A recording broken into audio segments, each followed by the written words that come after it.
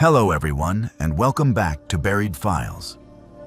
Today, we journey into the forgotten hollers and secluded ridgelines of Appalachia to bring you 8 of the most disturbing encounters ever whispered about beneath the ancient trees. The accounts you will hear were not conjured up for a campfire. Each narrative is drawn from personal reports and lifelong memories of those who still cannot explain what they faced within these shadowed mountains. I have worked to protect the identities of all involved, but the chilling truth in these testimonies remains untouched. If you are new to Buried Files, subscribe now to join us daily for true horror that lingers long after the story ends. Tap the notification bell so you never miss what is unearthed next, because some stories only surface when you are listening.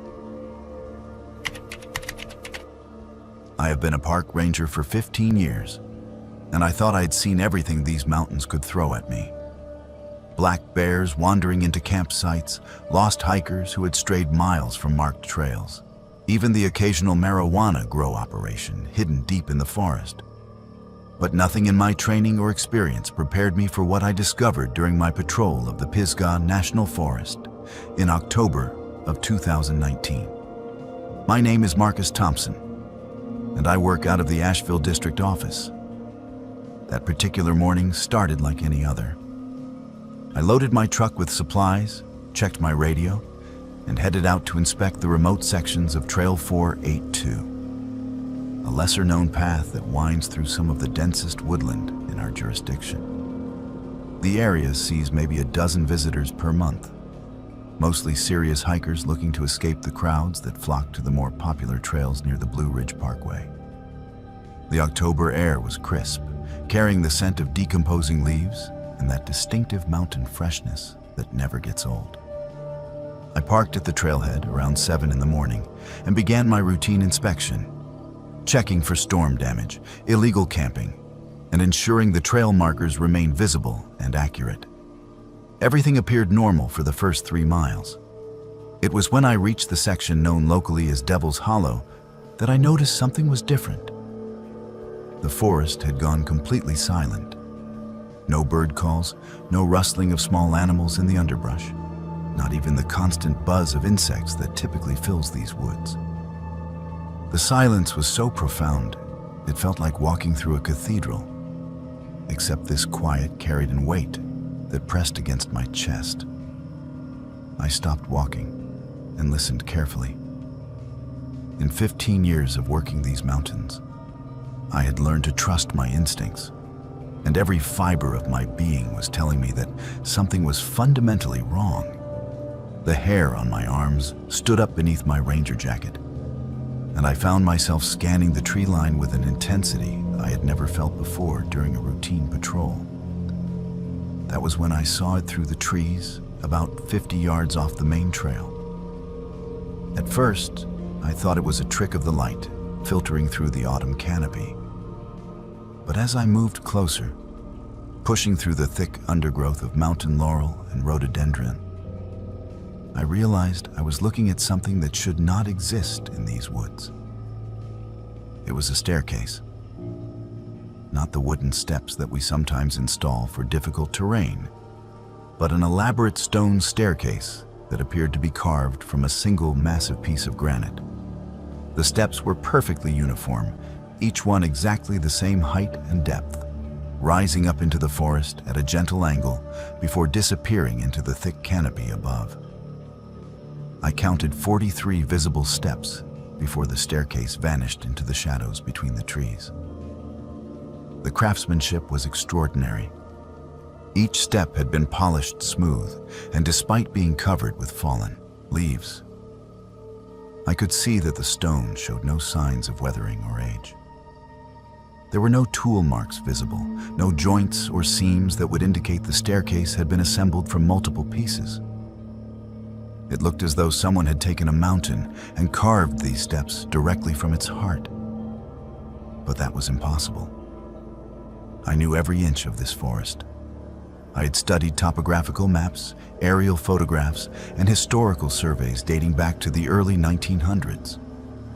There was no record of any structure, no mention of quarrying operations, and certainly no explanation for how such a massive stone staircase could exist in the middle of a federally protected wilderness area. I pulled out my radio to report the discovery, but all I received was static. This was strange because I typically maintained clear communication with base throughout this section of trail. I tried my cell phone and found no signal, which was not unusual given our location. But the timing felt unsettling. As I stood there studying the staircase, I noticed that the silence around me had become even more pronounced. The forest felt frozen, as though time itself had stopped in this small pocket of the mountains. Even the leaves had stopped falling, hanging motionless in the air as if suspended by invisible threads. That was when I felt the pull. It started as a gentle tugging sensation in my chest, like being drawn by a magnet. I found my feet moving toward the base of the staircase without any conscious decision on my part. The feeling was similar to the compulsion you might experience when standing at the edge of a high cliff. Except instead of wanting to jump, I felt an overwhelming urge to climb. I forced myself to stop at the bottom step. The stone was warm beneath my boot, which made no sense given the cool October air. As I stood there, the pulling sensation grew stronger. It was as though something at the top of the staircase was calling to me, promising answers to questions I had never thought to ask. My rational mind kicked in. The training and protocols that had kept me safe for 15 years in these mountains.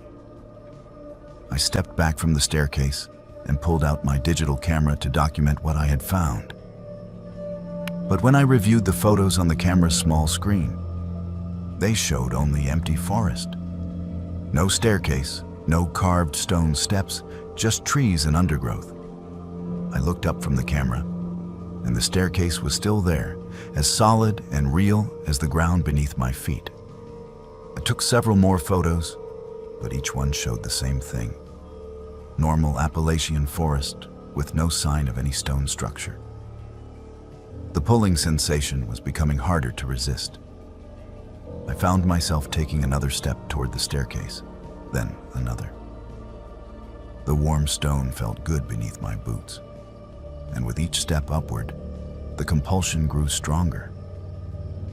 At the fifth step, I could hear something that might have been music, or might have been voices, drifting down from the hidden top of the staircase. The 10th step, I realized I could no longer remember why I had been hesitant to climb. The staircase felt like the most natural thing in the world, as though I had been walking these steps my entire life. The forest around me began to change, the familiar oak and hickory trees giving way to species I could not identify, with bark that seemed to shimmer and leaves that moved in patterns that had nothing to do with wind. It was at the 15th step that I heard my name being called, not by a human voice, but by something that sounded like the forest itself speaking. The sound came from everywhere and nowhere, resonating through the stone beneath my feet and the trees around me. "Marcus," it said, in a voice like wind through caves. "Marcus, come home." That word, home, snapped me back to awareness like a physical blow. This was not my home. My home was a small house outside Asheville, with a mortgage and a dog named Scout and neighbors who borrowed my lawnmower. Whatever was calling to me from the top of these impossible steps was not offering me anything I wanted. I turned and ran down the staircase, taking the steps 3 at a time. Behind me, the voice grew louder and more insistent, no longer sounding like wind, but like something ancient and hungry that had been waiting far too long for company. By the time I reached the bottom, the voice had become a roar that seemed to shake the very ground. I did not stop running until I reached my truck. When I looked back toward the forest, I could see nothing unusual through the trees, just the normal woodland shadows of an October afternoon. My radio crackled back to life. and I could hear my supervisor trying to reach me for a routine check-in. I never reported the staircase officially. Who would have believed me? More importantly, who might have wanted to investigate it? Instead, I quietly researched the history of that particular section of forest, diving deep into archives and old records. What I found kept me awake for months. In 1923, a surveying team had gone missing in Devil's Hollow while mapping the area for the newly established national forest. Their equipment was found scattered along what is now Trail 482, but the 5-man team was never located. The final entry in their field notes, written in increasingly erratic handwriting, described stone steps leading up into nothing and complained that their compasses had stopped working. In 1954, a family of 4 disappeared while camping in the same area. Their campsite was discovered intact, with food still cooking over their fire and personal belongings scattered around as though they had simply walked away mid-meal. The search lasted 3 weeks and covered hundreds of square miles, but no trace of the family was ever found. There were other incidents. A hiker in 1967 who was found wandering naked and incoherent near the trail, claiming he had climbed to the top but could not find his way down. A group of college students in 1985 who reported seeing impossible architecture before 2 of their party vanished during the night. Each incident was investigated, filed, and eventually forgotten by everyone except the families left behind. I have not returned to that section of trail since October 2019. I submitted a report recommending that portion of Trail 482 be temporarily closed for geological instability, a recommendation that was accepted without question. The area remains off-limits to hikers, marked with warnings about unstable terrain and potential rockfall. But sometimes, especially on quiet October nights, when the air carries that particular mountain crispness, I can still feel the pull. It tugs at something deep in my chest, promising answers and calling me home to a place I have never been. And sometimes, when I am patrolling other sections of the forest, I catch glimpses of stone through the trees, smooth, polished surfaces that vanish when I look directly at them. I have started carrying a compass on every patrol now, though I am not sure what I will do if it ever stops working. Because I know the staircase is still there, waiting in Devil's Hollow, waiting for someone curious enough or foolish enough to climb all the way to the top and discover what has been calling from the shadows above the tree line. And I know that someday, despite every rational thought in my head, despite 15 years of training and experience, I am going to answer that call. The pull grows stronger every year, and I am not sure how much longer I can resist the invitation to come home to a place that should not exist, up steps that lead to nowhere anyone has ever returned from. The forest keeps its secrets well, but some secrets do not want to stay buried, and some staircases are meant to be climbed, no matter how much better judgment warns you to walk away. My name is Delilah Mae Sutherland, and I have lived all my life in the small town of Beckley, West Virginia. My grandmother, a woman filled with old Appalachian wisdom, told me stories about the deep hollows tucked away in the mountains before I was even tall enough to reach the kitchen table. Among all her tales, the one I remember most vividly was about Whispering Hollow, a place she warned was forbidden after nightfall. "Never go near there after dark," she would say in a voice filled with both fear and reverence. "For the singing will steal your soul away." Like most children, I dismissed these stories as superstition. My grandmother had dozens of warnings about the mountains. Do not whistle in the woods. Never follow a crying baby, and always carry iron in your pocket. But as I grew older and heard more whispered accounts from hunters, neighbors, and old-timers down at Miller's General Store. The legend of Whispering Hollow took on a life of its own, becoming more than mere myth in my mind. The hollow was a dense, almost impenetrable forest, cloaked in shadows and an unnatural silence that fell with the setting sun. What made Whispering Hollow different from the other mountain tales was the consistency of the stories. Everyone described the same haunting melody, the same irresistible pull, and the same tragic endings for those who ventured too close after dark. My great-uncle Henry had lost his hunting dog there in 1952. The animal was found 3 days later at the edge of the hollow, alive but changed, its eyes vacant and its bark forever silenced. My tale begins the summer I turned 19. I just graduated from high school, restless and filled with a desperate need to prove I was no longer the scared child who trembled when the wind stirred the leaves.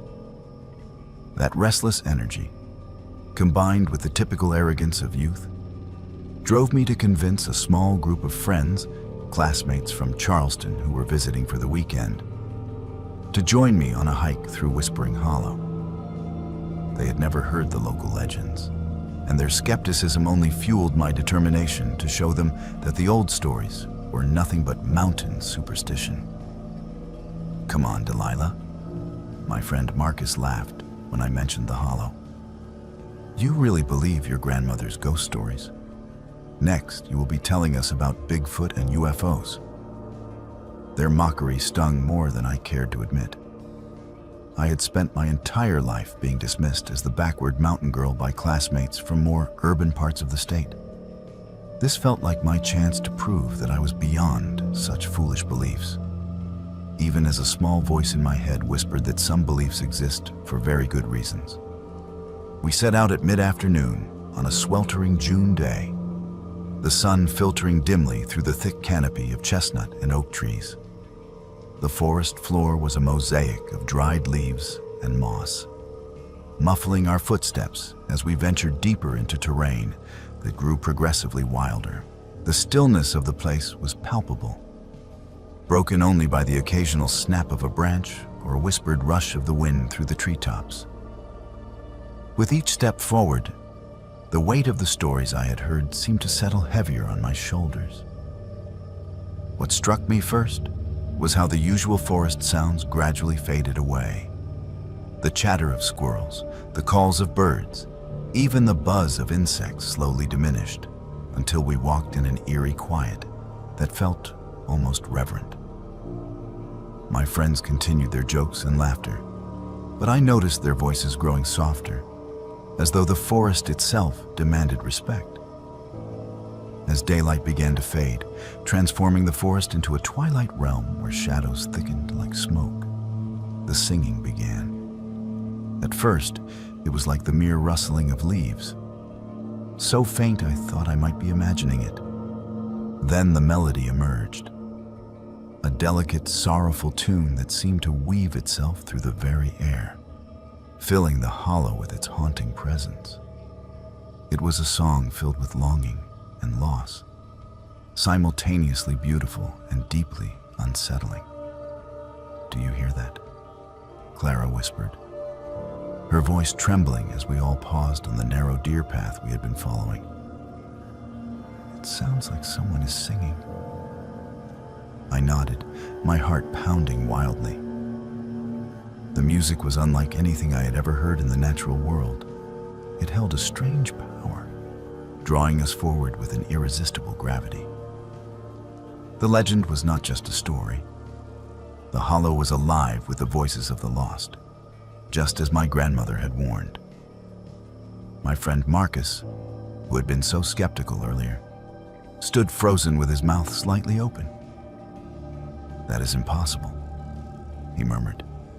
"We are miles from any houses. Who could be singing out here?" We pushed onward, drawn by curiosity and something deeper that I now realize was not entirely our own will. The path led us past the twisted trunks of ancient trees, whose knotted roots tangled across the ground like arthritic fingers. Spanish moss hung from the branches like tattered curtains. And somewhere in the distance, we could hear the gentle trickle of running water. Eventually, the trees opened into a clearing that took my breath away. A circle of giant, moss-covered stones stood like silent sentinels beneath the emerging stars. These were not natural rock formations. They had been placed there deliberately, arranged in a perfect circle that measured perhaps 30 feet across. The stones themselves looked centuries old, their surfaces worn smooth by time and covered with a patchwork of lichens and ivy that seemed to glow faintly in the moonlight. Within the circle stood a figure that made my blood turn to ice water in my veins. She was small and slight, appearing to be no more than a child. Yet there was something ancient about her presence. Her skin was pale as moonlight, almost translucent, and her dark hair hung in long, straight curtains that seemed to move with a breeze I could not feel. But it was her eyes that held me captive. They shimmered with an eerie light that seemed to glow from within, reflecting depths that no human eyes should possess. She sang, her voice blending perfectly with the ethereal melody that filled the night air, weaving threads of sorrow and comfort in the same breath. The song had no words that I could understand, yet somehow it spoke directly to my heart, telling stories of loss and loneliness that stretched back through generations. "Stay a while," she sang softly, the words forming clearly now in English. "Safe from the night, safe from the sorrow. Rest here where the singing never ends." That voice, sweet, hypnotic, and impossibly compelling, rooted me to the spot. It was as if the path I had walked along was slipping away beneath my feet, and the only direction left was toward her, deeper into the circle of ancient stones. Everything else, my friends, my life in Beckley, my plans for the future, began to fade like half-remembered dreams. My friends called out, alarm creeping into their voices. "Delilah, come back. Something is wrong here." But I was paralyzed by the song and the pull of the mysterious figure. The hollow seemed to close in around me, thickening the air with its cold embrace while the temperature dropped noticeably. It was then that the secrets of Whispering Hollow began to unravel before my eyes, revealed in the haunting melody that seemed to tell its own story. The figure was not just a lost child, but the spectral daughter of a time long forgotten, a tragic survivor of the mountain families who once lived peacefully in these hills before the coal mines and steel mills swallowed their homes and way of life. As her song continued, images flashed through my mind like fragments of an old film reel. Families gathering in these hills for harvest celebrations, children playing among the stone circle during happier times, and then the coming of industry and progress that scattered the mountain folk like leaves in the wind. According to the vision her song painted, there had been a cruel winter in the late 1800s, when the mountain spirits, angered by the destruction of their sacred places, laid a curse on the last family to leave the hollow.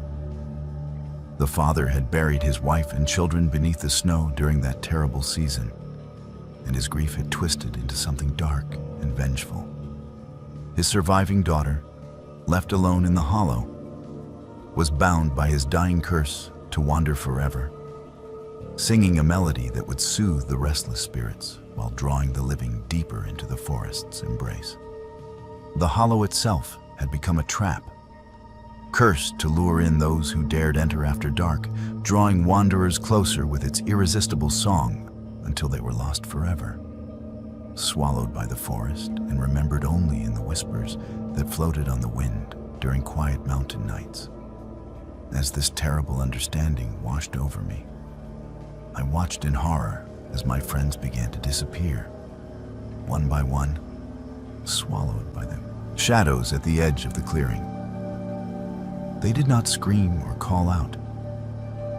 They simply walked forward with peaceful expressions on their faces, drawn by the same compulsion that held me captive. And then they were gone, as though they had never existed at all. The singing girl turned her glowing eyes toward me and smiled, extending one pale hand in invitation. "Come," she whispered, her voice now carrying the echo of centuries. "Join us in the song that never ends. Find peace in the hollow where time stands still." It was my grandmother's voice that saved me, not literally, but the memory of her warnings that suddenly flooded back with startling clarity. "Iron child," I remembered her saying. "Cold iron breaks any mountain curse." Without understanding why, I reached into my pocket and grasped the small iron key to my truck, a simple piece of metal that suddenly felt as powerful as any talisman. The moment my fingers closed around the iron key, the spell shattered like glass. The singing became a shriek of rage. The beautiful clearing revealed itself as a tangle of dead trees and scattered bones. And I ran with a desperation born of pure terror. I fled through the forest as branches clawed at my arms and face, my lungs burning with the effort. Behind me, the singing pursued, no longer beautiful, but filled with fury and hunger. I stumbled over roots, crashed through underbrush, and somehow found my way back to the main trail as the first pale light of dawn began to creep through the trees. I reached my truck as the sun painted the morning sky in pale pinks and golds, my breath coming in ragged gasps, hands bleeding from brambles, and my heart racing with terror that would take years to fully subside. My friends were never found, despite extensive searches by local authorities and volunteers. Their cars were discovered at the trailhead, but no trace of them was ever located in the hollow itself.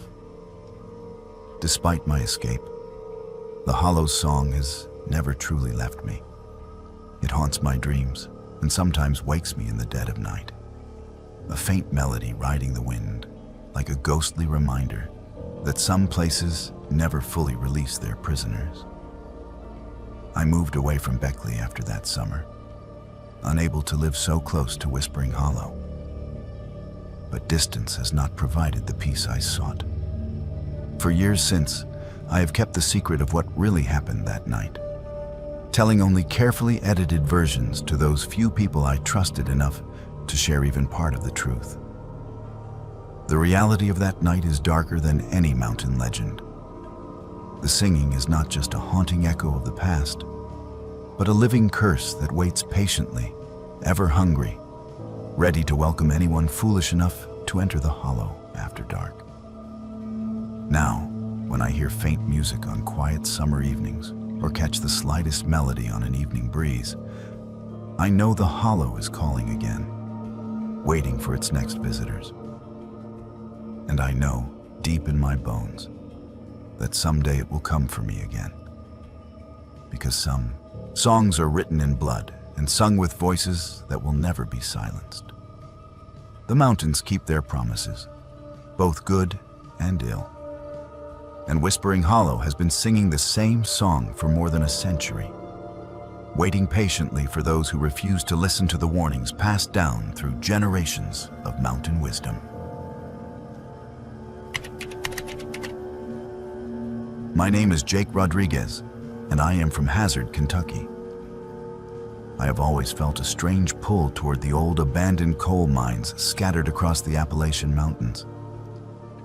Ghostly remnants of an industry that once fueled much of America. From a young age, I was fascinated not only by their history, but also by the dark, hidden tunnels underneath those hills. The lure was magnetic, almost supernatural. My friends and I formed a group we called the Kentucky Cave Crawlers, and we were obsessed with exploring every forgotten cave, every collapsed shaft, and every hidden crevice we could find from here to Virginia. We thought we knew those woods and underground labyrinths like the back of our hands. until the night we found something that forced us to question everything we believed about what lurks beneath the surface of our mountains. It was the spring of 2015. The entire region was stirring to life after a brutal winter that had kept us cooped up for months. Trees began blossoming new leaves, streams flooded with melting snow, and the mountain air still carried that biting cold after sunset that reminded you winter had not completely loosened its grip. Our group consisted of me, Tom, Eric, Maria, and Sean. 5 reckless 20-somethings who had been tracking down a new exploration site for weeks. We pored over historic mining records at the county courthouse, searched obscure online forums where old-timers shared forgotten stories and hand-drawn maps, and even interviewed a few elderly locals who still remembered the glory days of coal mining in eastern Kentucky. That is how we stumbled upon references to the Black Hollow Pit, a mine that had been officially closed in the mid-1960s, but had since been shrouded in mystery. The records were incomplete, but what we could piece together painted a disturbing picture.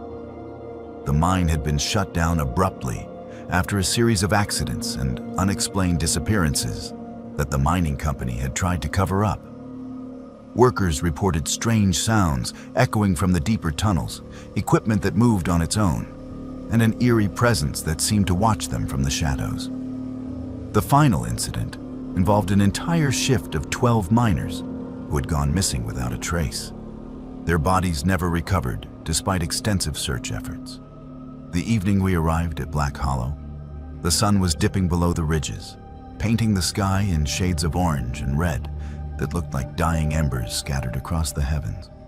We parked our trucks at the edge of the hollow and shouldered our backpacks, loaded down with flashlights, ropes, first aid kits, and enough supplies for what we hoped would be a thorough exploration. The entrance to the mine yawned before us like a hungry mouth, framed by the skeletal remains of rusted machinery and weathered wooden structures that had been slowly decomposing for half a century.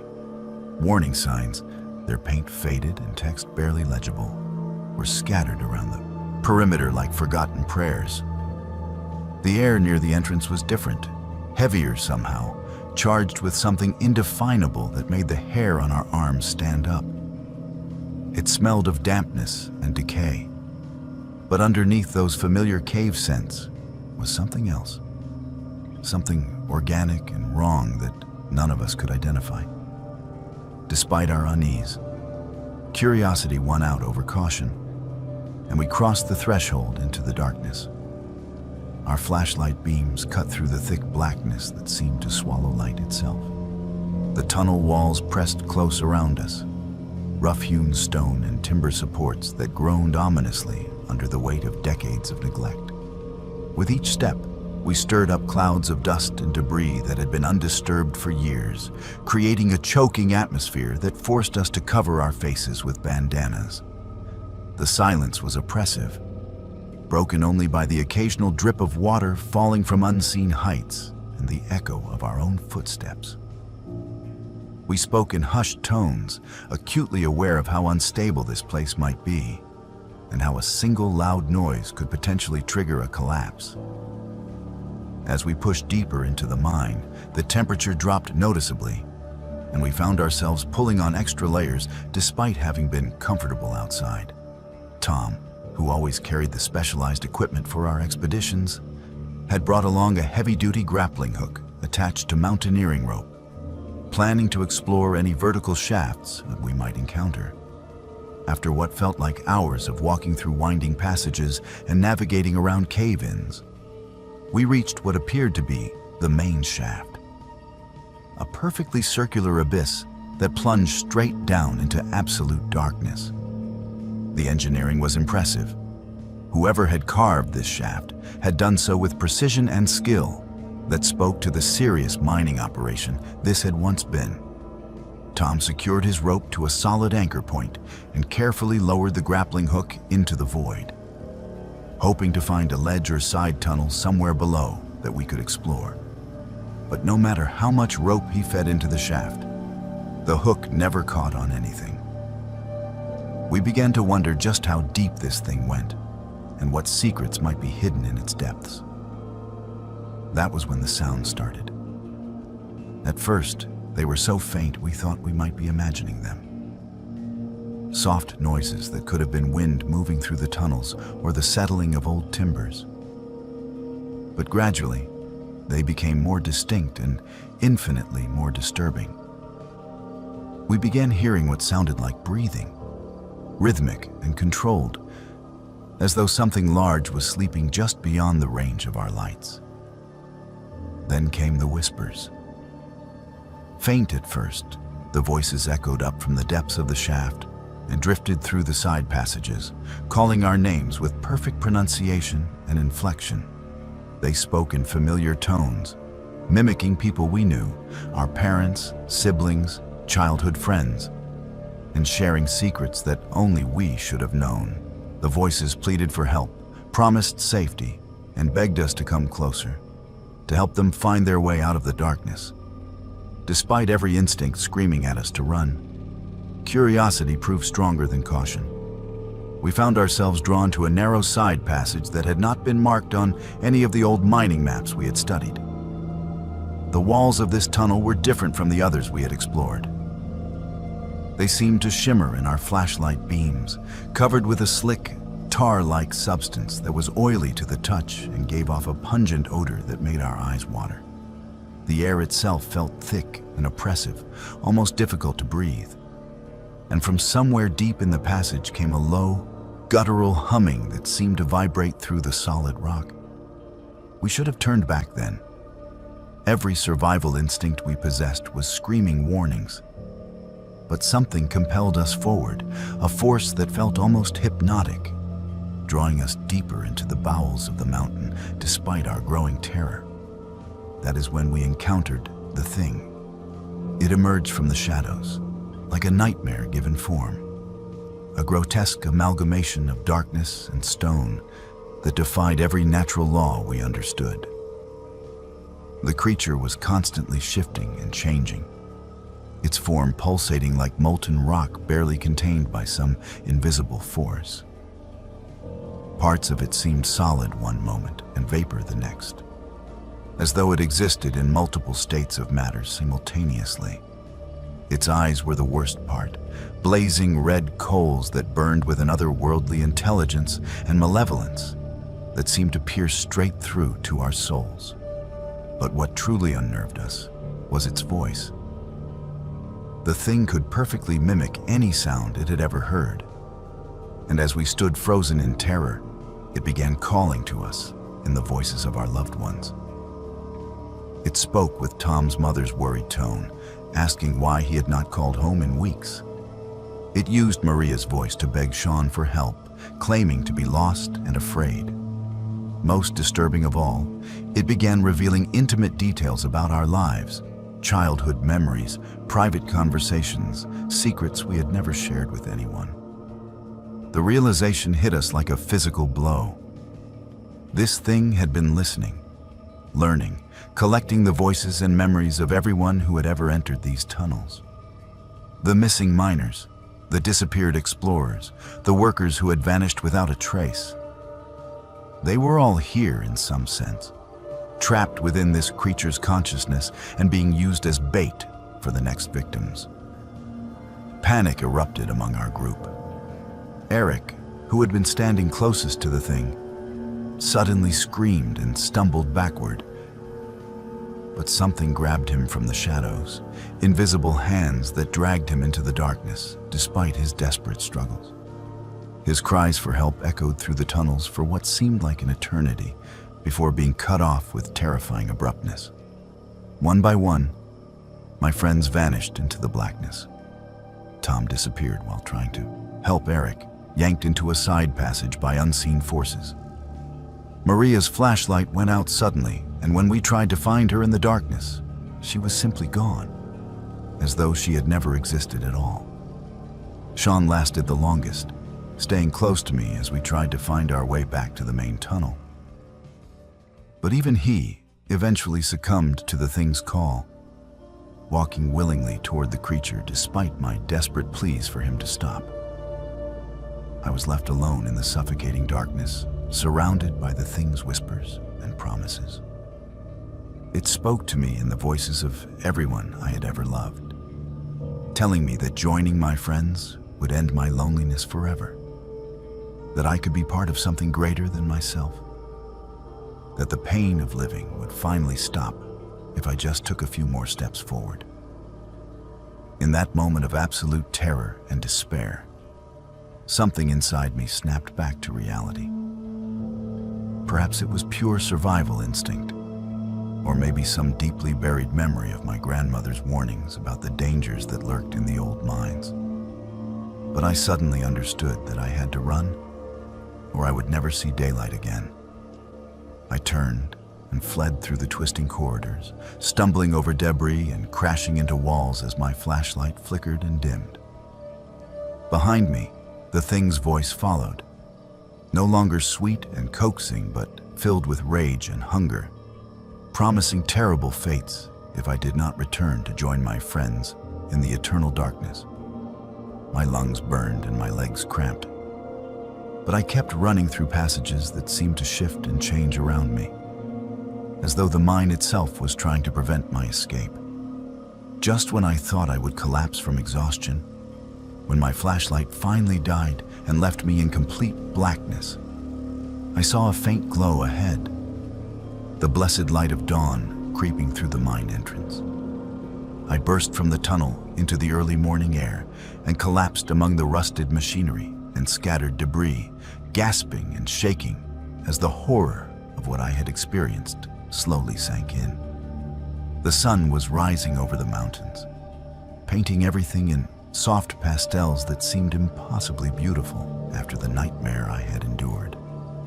But even in the safety of daylight, I could still hear faint echoes of the thing's voice calling from the depths, promising that it would be waiting whenever I chose to return. Since that night, my life has never been the same. The nightmares are constant and vivid, filled with visions of my friends being slowly consumed by the creature, their voices added to its collection of lures for future victims. I hear whispers in every shadow, see movement in every dark corner, and live with the constant fear that the thing might somehow follow me into the world above. I have tried to warn others about what lurks in the Black Hollow pit, but most people dismiss my story as trauma-induced delusions or an elaborate hoax. The mine has been officially sealed now, surrounded by new warning fences and signs, but I know that such measures are ultimately meaningless. The thing has been waiting in those tunnels for decades, possibly centuries, and a few barriers will not stop the curious or the foolhardy from finding their way inside. Sometimes, on quiet nights when the wind blows just right through the mountains, I swear I can still hear its voice carried on the air, calling my name, promising reunion with my lost friends, and reminding me that it knows where I live. The Black Hollow pit is no ordinary abandoned mine. It conceals something ancient and predatory, something that feeds on human souls and grows stronger with each victim it claims. And deep in my heart, I know that someday, despite all my efforts to resist, I will return to those tunnels. The thing is patient, and its call grows stronger with each passing year, wearing down my resistance, like water slowly eroding stone. When that day comes, when I finally walk back into the darkness to join my friends, there will be no one left to tell this story or warn the next group of explorers who stumble upon the Black Hollow pit. The mountains keep their secrets, and some doors, once opened, can never be closed again. My name is Autumn Blackwood, and I am a nature photographer from Gatlinburg, Tennessee. I have spent the last 12 years capturing the wild beauty of the Great Smoky Mountains, documenting everything from the delicate wildflowers that bloom in hidden meadows to the majestic elk that roam the high country. Photography has always been more than just my profession. It is my passion, my escape, and my way of connecting with the ancient spirits that dwell in these mountains. I came to the Smokies in late October of 2018 to photograph the fall colors, armed with nothing but my camera equipment and a lifetime of hiking experience that I thought would keep me safe from anything the wilderness could throw at me. The area I had chosen for this particular shoot was a remote section of the Appalachian Trail that winds through some of the most pristine wilderness left in Tennessee. It was a place few tourists ever ventured, accessible only by a grueling 8-mile hike through dense forest and steep terrain that discouraged all but the most dedicated hikers. I had discovered this location the previous spring while chasing a rare species of wildflower, and the memory of its untouched beauty had drawn me back with the promise of capturing the perfect autumn landscape. I set out before dawn on what promised to be a perfect October day. The weather forecast called for clear skies and mild temperatures, with just enough morning mist to add drama to my photographs. I packed light but carefully. My professional camera gear, extra batteries, enough food and water for a full day in the backcountry, and the usual safety equipment that any experienced hiker carries into the wilderness. The trail was familiar to me, and I expected to reach my destination by mid-morning when the light would be perfect for the shots I had planned. The hike started exactly as I had anticipated. The forest was alive with the colors of autumn, brilliant reds and golds that seemed to glow with an inner fire, punctuated by the deep greens of the evergreens that gave the Smoky Mountains their name. My camera clicked constantly as I documented the journey, capturing the interplay of light and shadow that filtered through the canopy above. The air was crisp and clean, filled with the scent of decomposing leaves and that distinctive mountain freshness that always cleared my mind and lifted my spirits. It was around 10 in the morning when I first noticed the fog. At first, it seemed perfectly natural. A thin mist rising from the valleys below as the morning sun warmed the cool air. The Smokies are famous for their fog, after all, and I had photographed similar phenomena hundreds of times before. But as I continued hiking, I began to realize that this fog was different. Instead of dissipating as the day warmed, it seemed to be growing thicker and more concentrated, forming a solid wall of white that stretched across the valley like a living thing. What struck me as unusual, yes, was how localized the fog appeared to be. While the area directly in front of me was shrouded in an impenetrable mist, the sky above remained perfectly clear, and I could see for miles in every other direction. It was as though someone had drawn a precise boundary around a specific section of the mountains, filling only that area with dense fog while leaving everything else untouched. My photographer's instincts kicked in immediately. This was exactly the kind of unique natural phenomenon that could result in truly spectacular images. The kind that might grace the cover of National Geographic or win awards at prestigious photography competitions.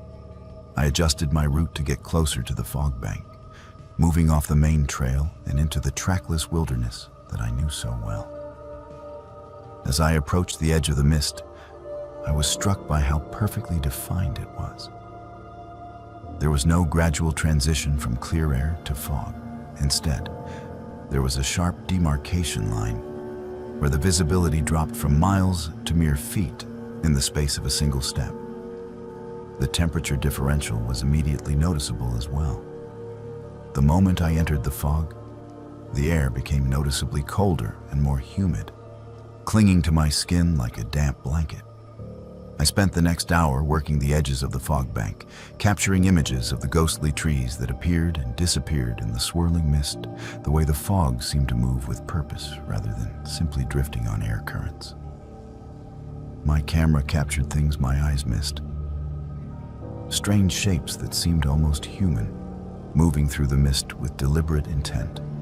Shadows that did not correspond to any visible objects. It was when I stopped to change lenses that I realized the fog was following me. I had moved perhaps half a mile along the ridge, staying just outside the fog bank to maintain visibility while I worked. But when I looked back at the path I had traveled, I saw that the fog had shifted position, maintaining the same relative distance from me, regardless of which direction I moved. When I walked north, the fog moved north. When I turned south, it adjusted its position accordingly. This was not the behavior of any natural weather phenomenon I had ever encountered.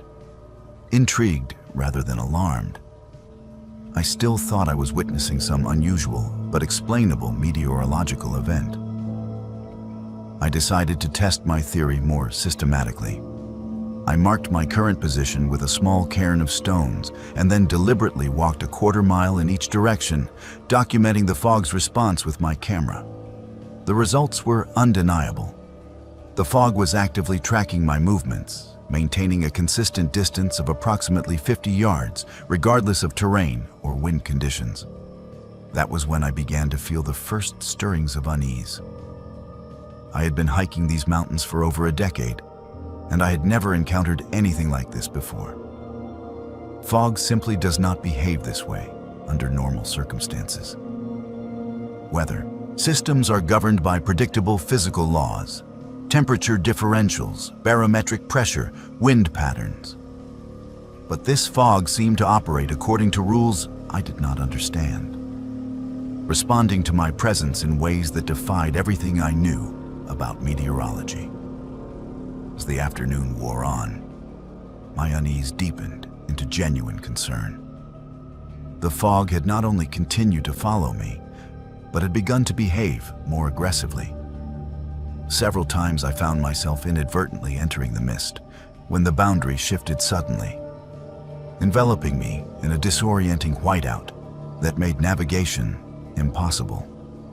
During these brief encounters, I experienced strange sensations: the feeling of being watched by unseen eyes, whispers that might have been wind but sounded disturbingly like human voices, and shadows moving just beyond the edge of visibility. Most disturbing of all was what happened to my sense of time and direction within the fog. On multiple occasions, I would enter the mist for what felt like only a few minutes, only to emerge and discover that hours had passed, and I was miles from where I thought I should be. My GPS became unreliable within the fog, displaying impossible coordinates or simply losing signal altogether. My compass spun wildly, unable to find magnetic north. It was during one of these disorienting episodes that I encountered the figures.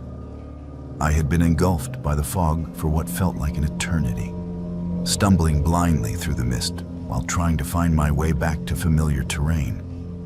The visibility was down to perhaps 3 feet, and every direction looked identical: an endless maze of ghostly trees and swirling white vapor.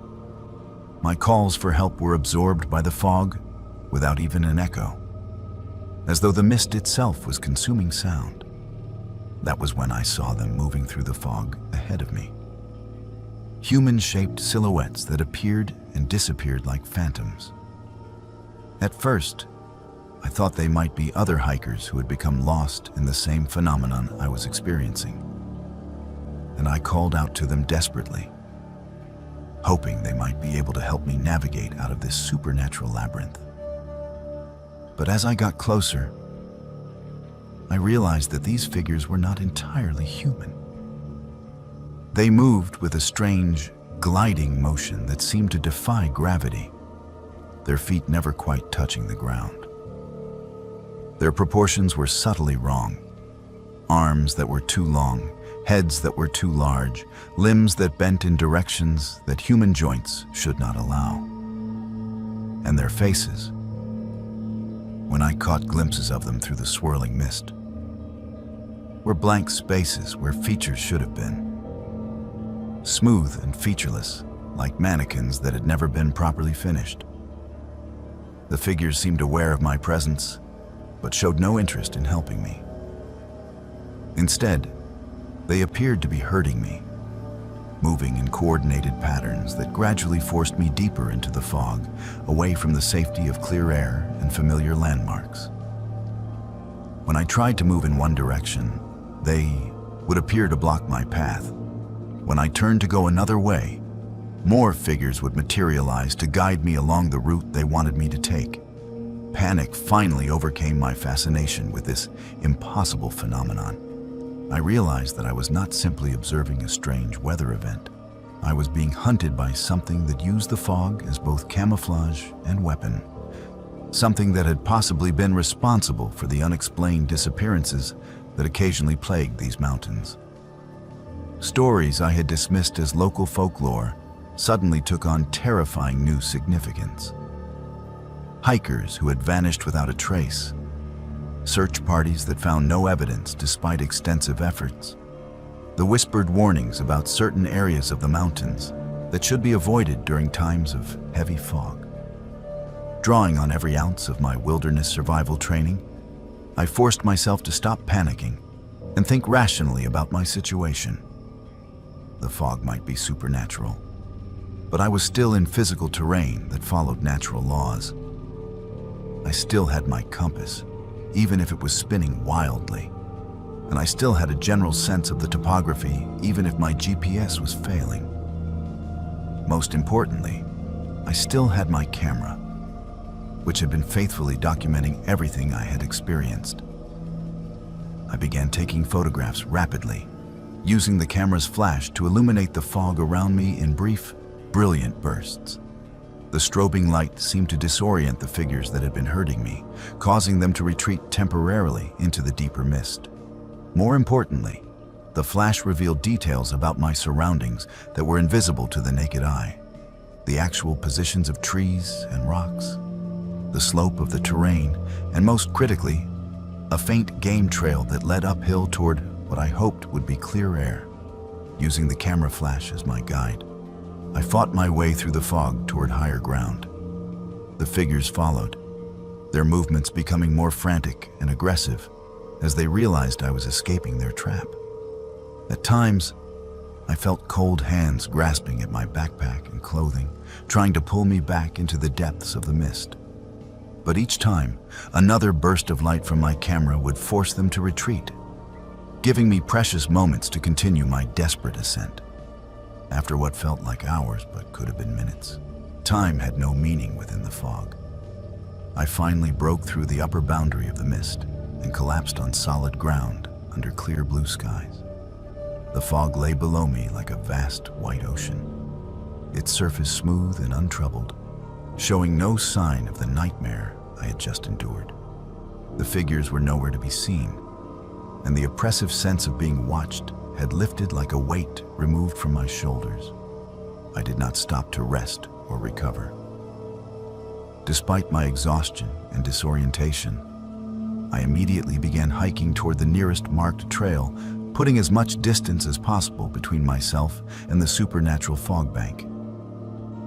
It was not until I reached the safety of the main Appalachian Trail, with other hikers visible in both directions, that I finally allowed myself to stop and process what had happened. When I reviewed the photographs from that day, I discovered that my camera had captured far more than I had consciously observed.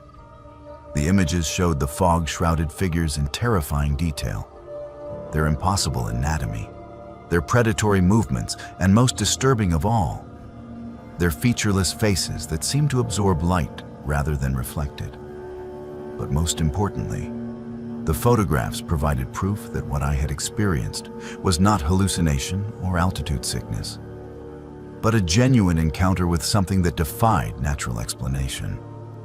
Since that day, I have never returned to that remote section of the Smokies, despite the fact that it remains one of the most photogenic locations I have ever discovered.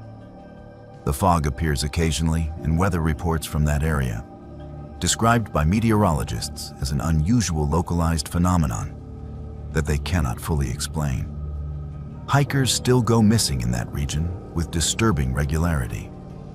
Their disappearance is attributed to the challenging terrain and unpredictable weather conditions. But I know the truth about what lurks in that supernatural mist. The fog that follows is not a weather pattern. It is a hunter, patient and intelligent, that uses the natural beauty of the mountains to lure its prey into a trap from which few ever return. And sometimes, on misty October mornings when the conditions are just right, I can still see it from my home in Gatlinburg. A small patch of fog that moves against the wind, searching the ridgelines for its next victim. The mountains keep their secrets, but some secrets are too dangerous to remain hidden. If you ever find yourself hiking in the Smokies and encounter fog that behaves in ways that fog should not behave, do not let curiosity override your survival instincts. Turn around immediately and leave the area as quickly as possible. Some photographs are not worth the price they demand, and some stories are better left untold. Because the fog that follows is still out there, waiting patiently for the next photographer or hiker who thinks they can capture its mysteries without becoming part of them forever.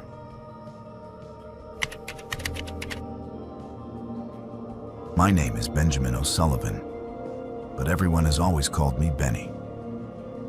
I am from Charleston, West Virginia, and this is a story I have kept buried for 37 years. A story about 3 months of my childhood that I had convinced myself were nothing more than an overactive imagination until recent events forced me to confront the truth. When I was 8 years old, my family moved to a remote cabin on Pine Ridge, deep in the mountains of West Virginia.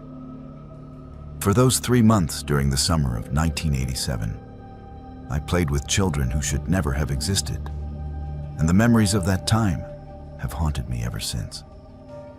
My parents, both city people who had grown tired of the hustle and bustle of Charleston, decided that summer to rent a cabin far from civilization. They spoke of wanting to reconnect with nature, to give their children a taste of the simple mountain life they themselves had never experienced. The cabin they found was isolated, even by Appalachian standards. A 2-room log structure built sometime in the early 1900s, accessible only by a winding dirt road that seemed to disappear into the forest itself. Pine Ridge had once been home to a thriving mining community. The mountains were honeycombed with coal shafts and the remnants of company housing. But by the 1980s, nothing remained except foundations overgrown with weeds and rusted machinery, slowly being reclaimed by the forest. The nearest neighbors were 15 miles away, and the silence of the mountains was broken only by the sound of wind through the trees and the occasional call of a mountain bird. For the first week, I was miserable. An 8-year-old boy accustomed to sidewalks and playgrounds found little to entertain himself with among the endless trees and rocky outcroppings. My older sister Rebecca spent her time reading books she had brought from home, showing no interest in exploring our temporary wilderness home. My parents were busy with adult concerns, setting up the cabin, establishing routines, and marveling at the natural beauty that surrounded us but meant little to a bored child.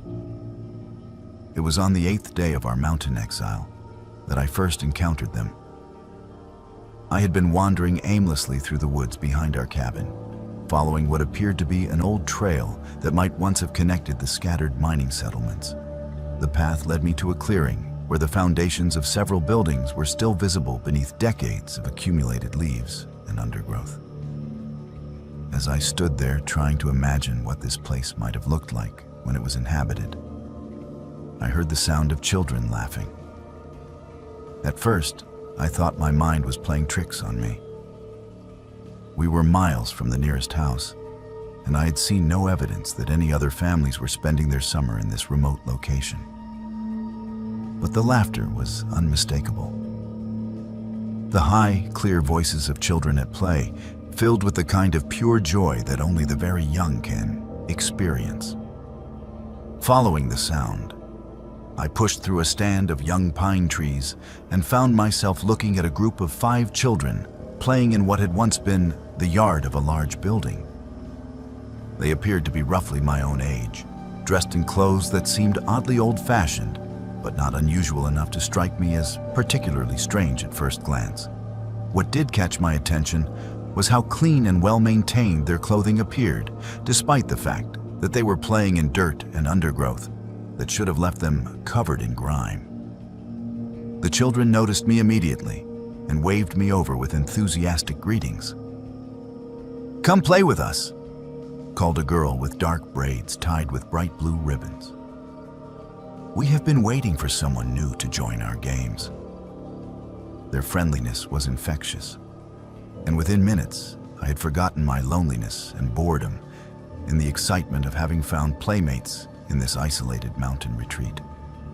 They told me their names: Mary, Thomas, James, Sarah, and little Lucy, and introduced me to games I had never heard of before, but that seemed perfectly natural and entertaining. We played hide and seek among the ruins, built elaborate forts from fallen branches, and told stories that seemed to transport us to other times and places. What struck me as remarkable was how much these children knew about the history of Pine Ridge. They spoke casually about the mines and the families who had once lived here, describing details about daily life that seemed far beyond what children our age should have known or cared about. When I asked them where they lived, they gestured vaguely toward the deeper woods and said they had always been here, that Pine Ridge was their home and always would be. For the next several weeks, I spent every day with my new friends. I would finish breakfast and immediately head into the woods to meet them at our usual gathering place among the ruins. We explored every corner of the abandoned settlement, played games that seemed to come naturally to all of us, and shared stories that blended seamlessly between imagination and memory. My parents were delighted to see me so happy and active after my initial resistance to our mountain adventure.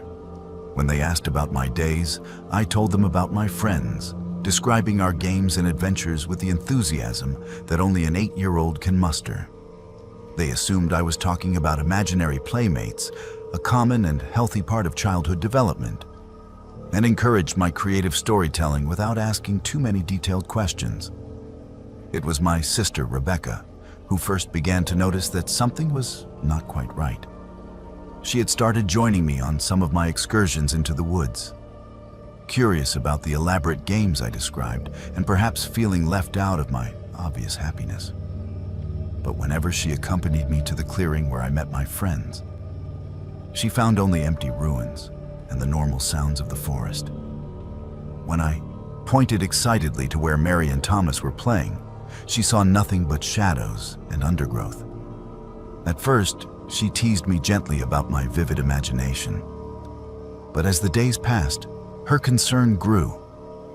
She began to notice that I would respond to voices she could not hear, react to events she could not see, and carry on detailed conversations with empty air.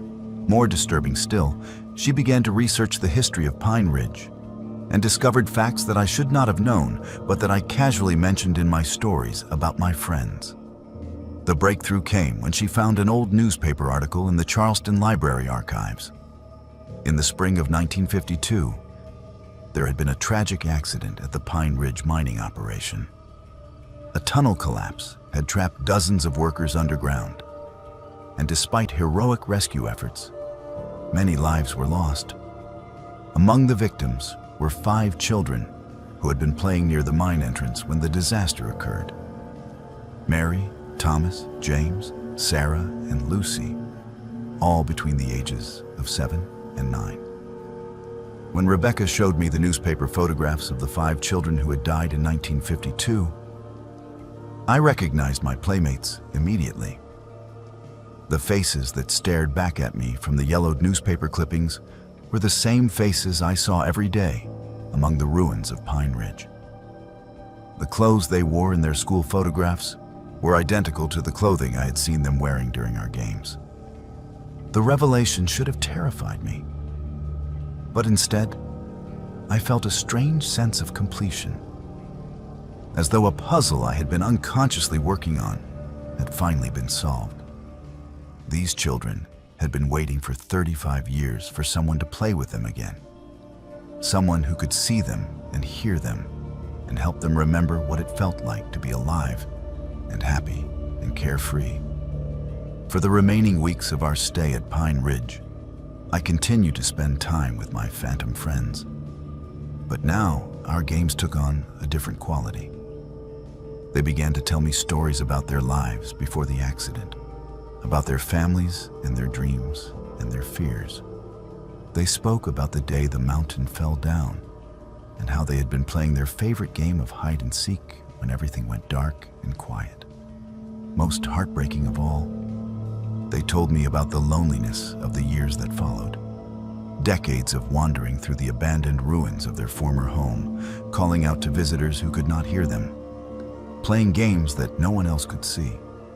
They had been waiting, they explained, for someone like me to come along. Someone young enough and open enough to bridge the gap between their world and ours. As the end of August approached, my family prepared to return to Charleston. The children of Pine Ridge became increasingly anxious about my departure. They begged me to stay, to convince my parents to make the cabin our permanent home, to promise that I would return the following summer. The desperation in their voices broke my heart. But I was only 8 years old and had no power to make such promises or decisions. On our last day at the cabin, I met my friends one final time in the clearing among the ruins.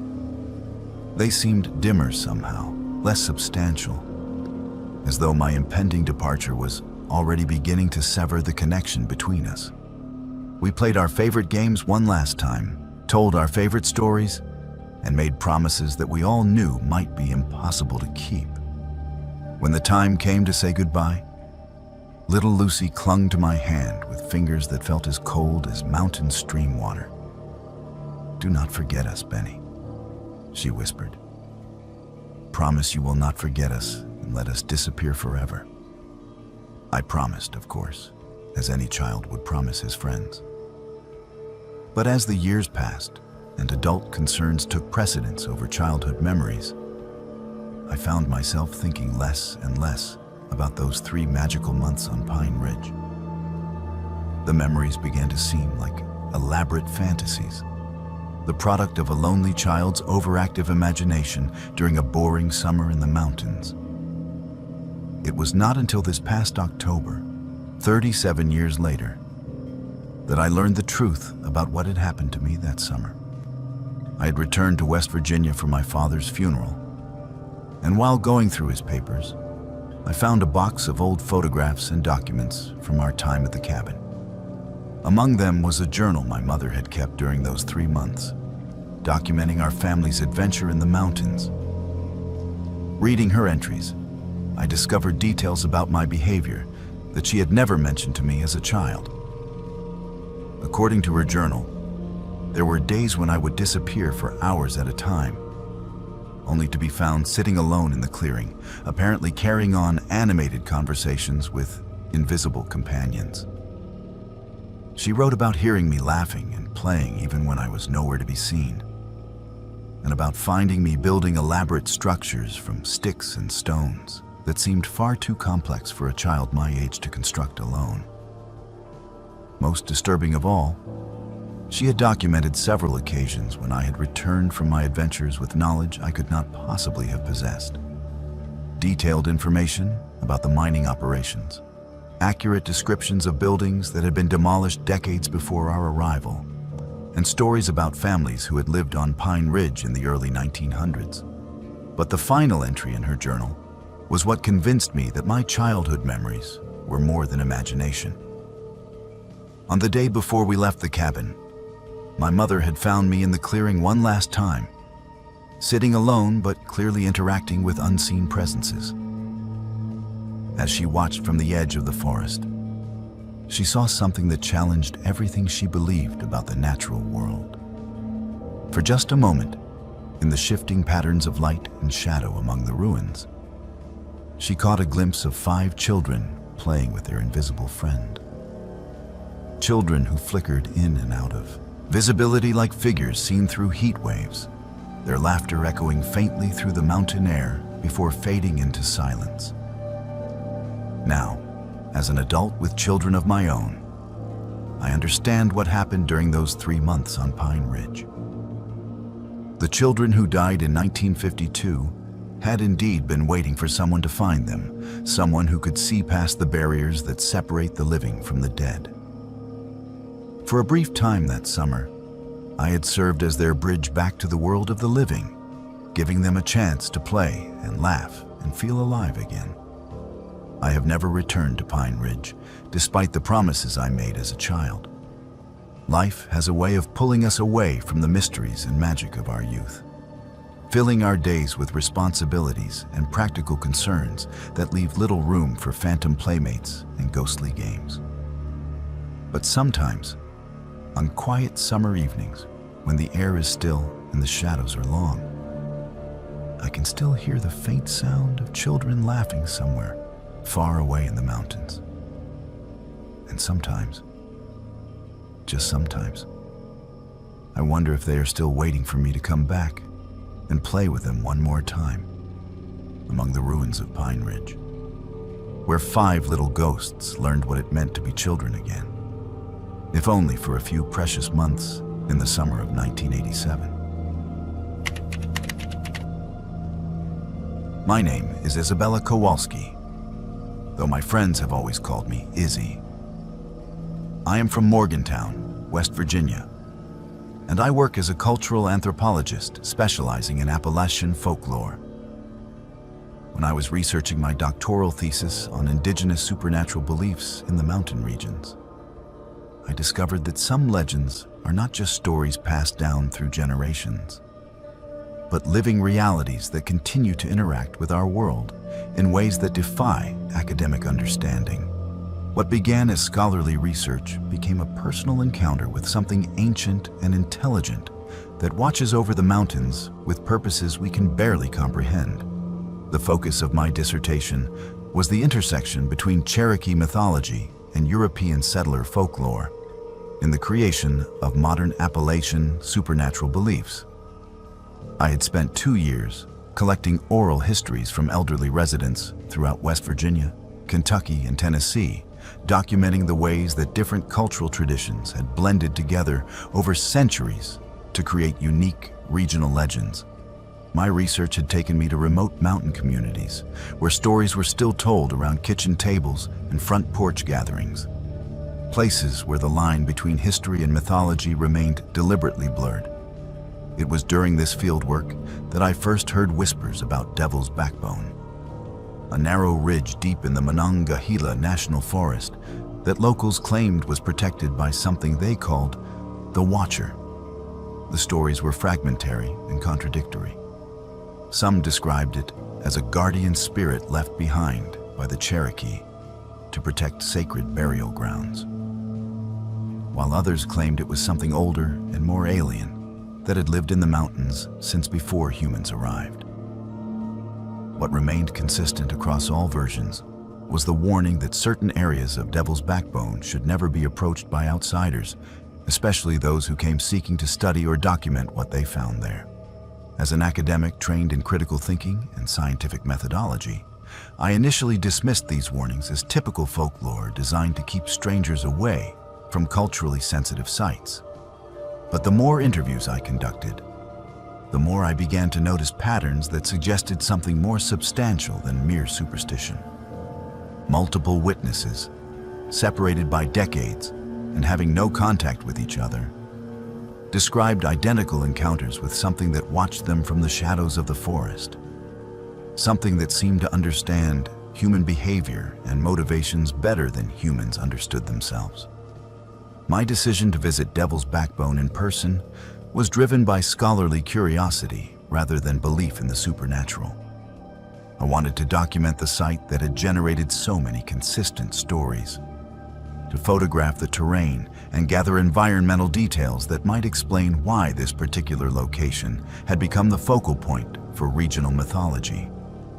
I planned a 3-day solo expedition for late September 2019, when the autumn colors would provide excellent photographic opportunities and the cooler weather would make hiking more comfortable. The trailhead that led to Devil's Backbone was unmarked and difficult to find, accessible only through a maze of old logging roads that had been abandoned decades earlier. I parked my vehicle at what appeared to be a former timber camp and began hiking through dense forest that showed little evidence of human visitation.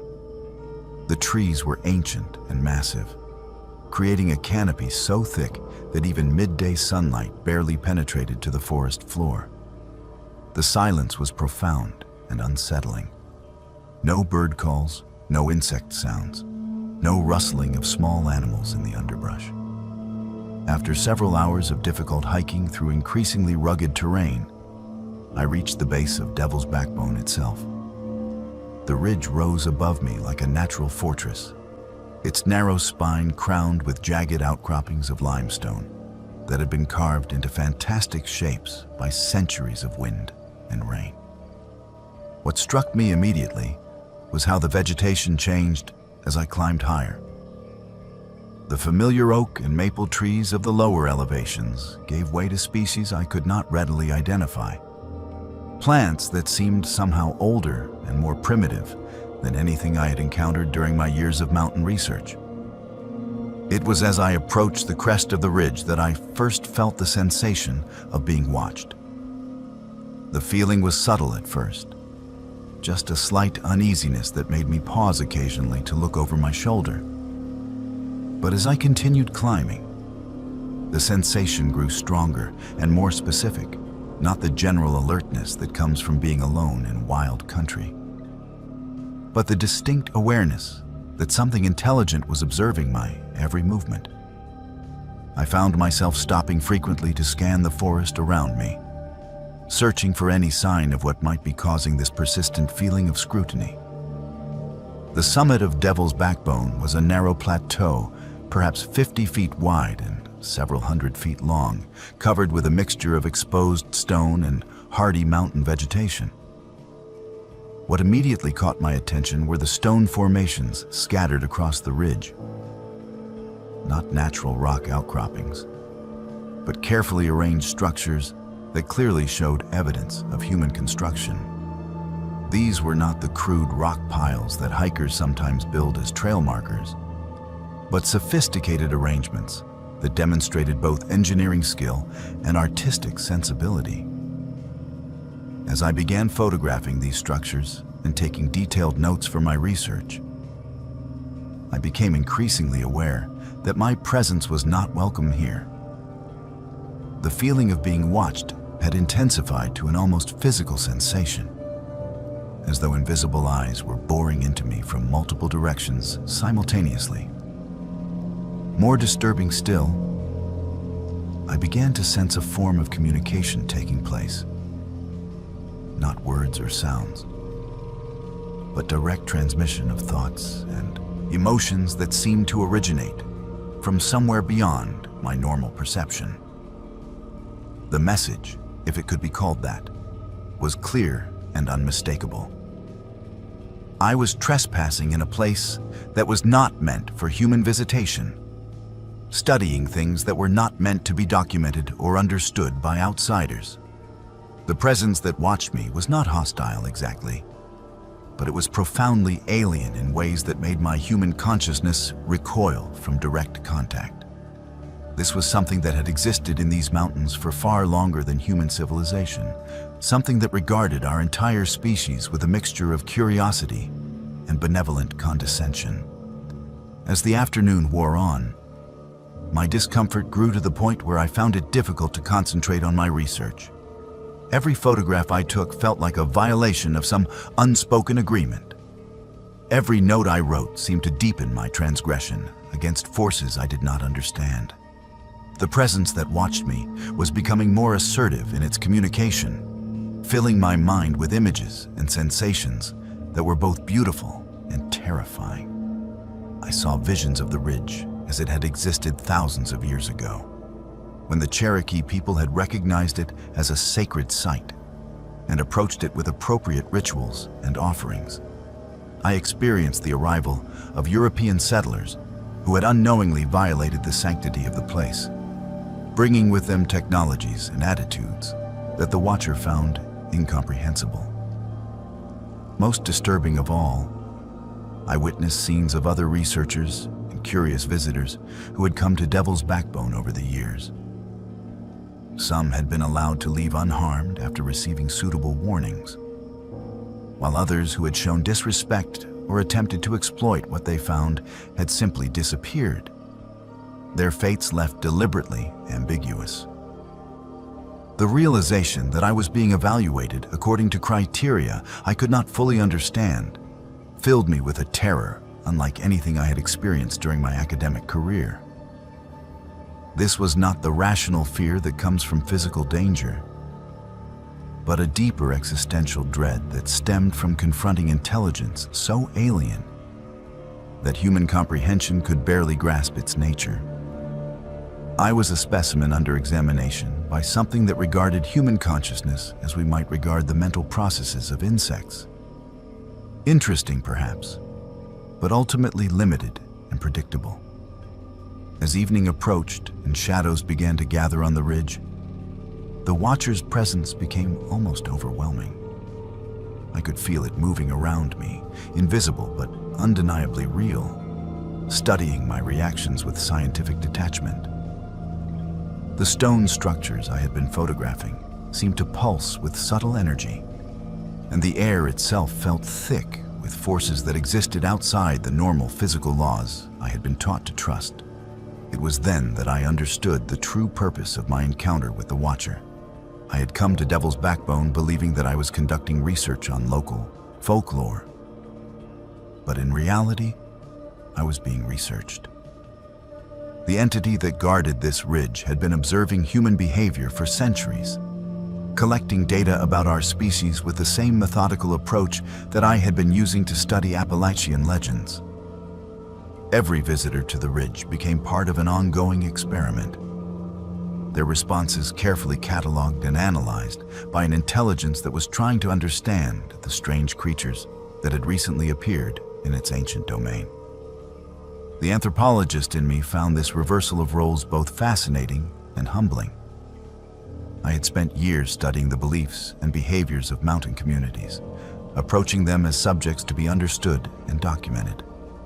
Now I found myself in the position of being the subject, examined by an intelligence far superior to my own. My every thought and reaction, noted for purposes I could not begin to fathom. As darkness fell completely over Devil's Backbone, the Watcher finally made direct contact with my consciousness. The communication was not verbal.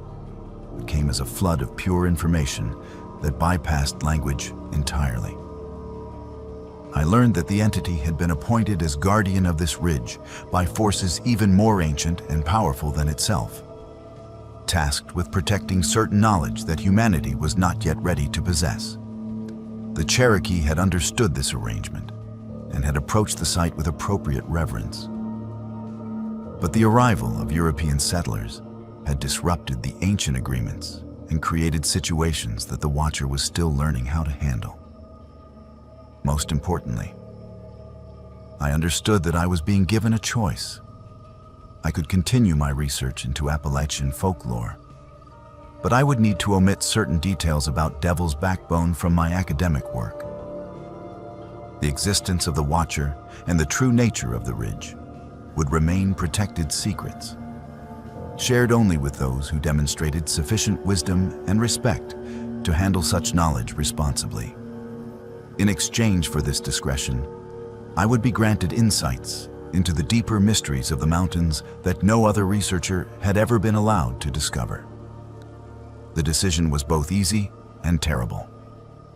My academic training demanded complete honesty and full disclosure of my findings.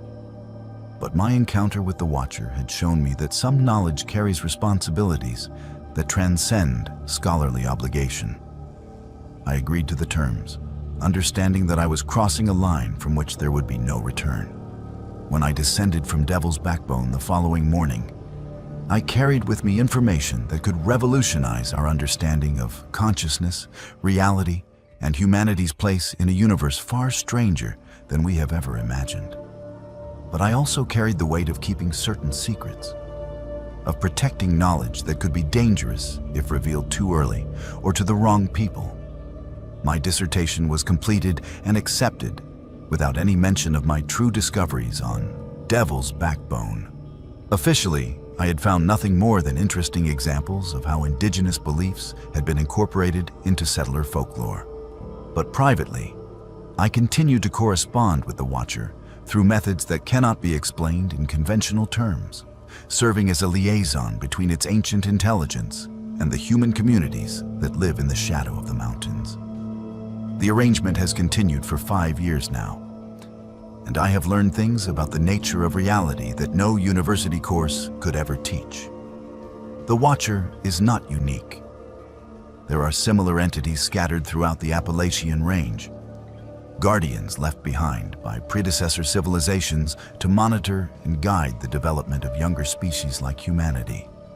They have been observing our progress for millennia, taking notes on our evolution and occasionally intervening when our activities threaten to disrupt forces beyond our comprehension.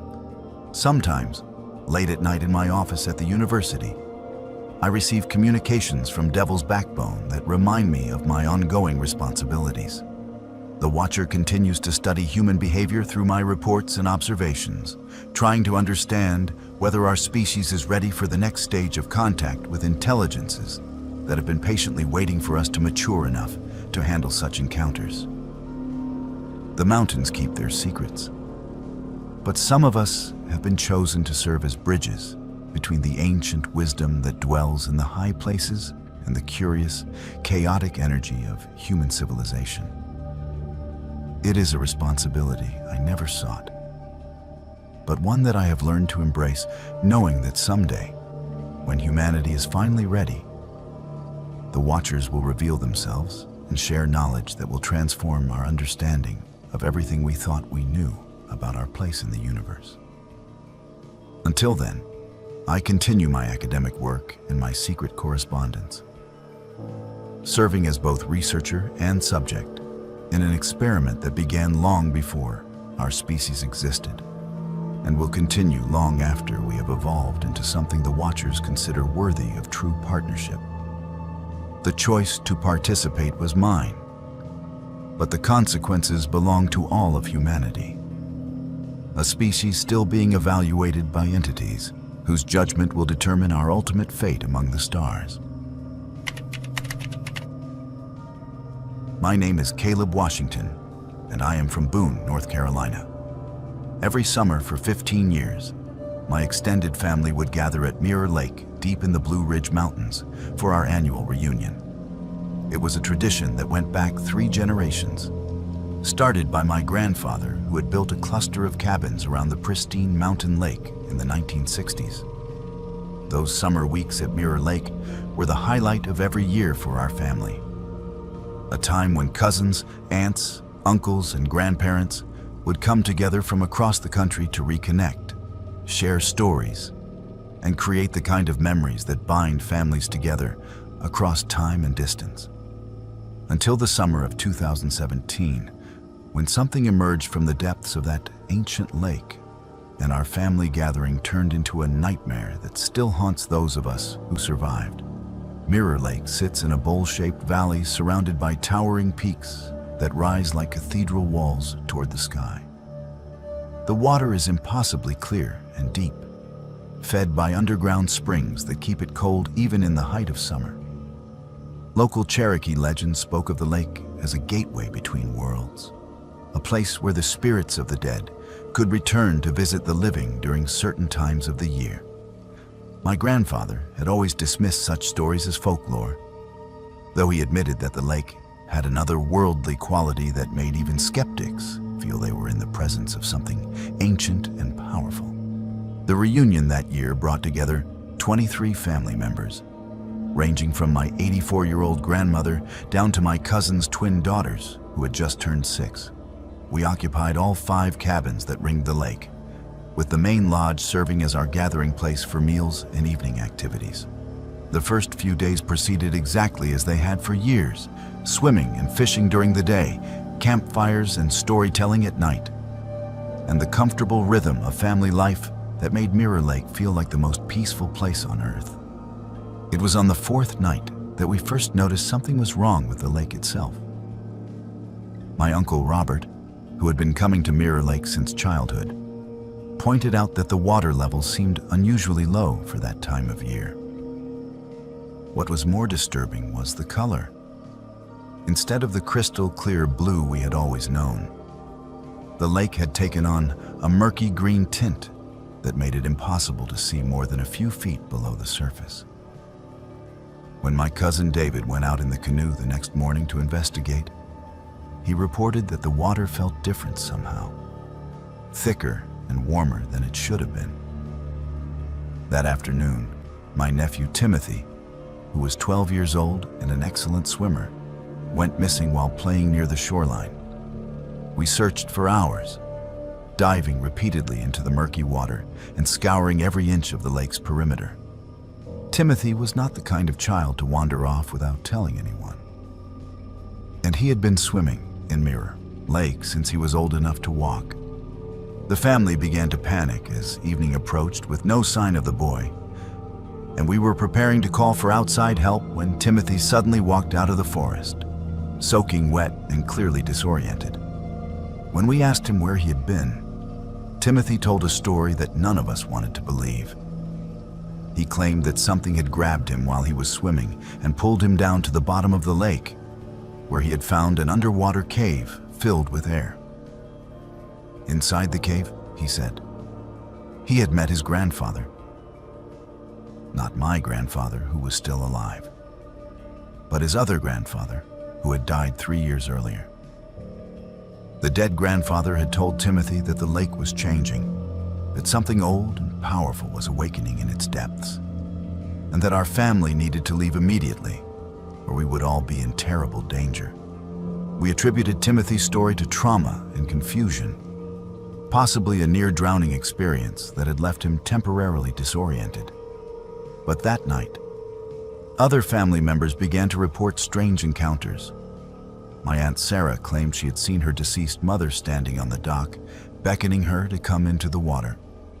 My cousin Jennifer swore that her dead brother had appeared in her cabin, warning her to pack up and leave before it was too late. The next morning brought even more disturbing developments. Several family members reported that they had been visited during the night by relatives who had passed away years or even decades earlier.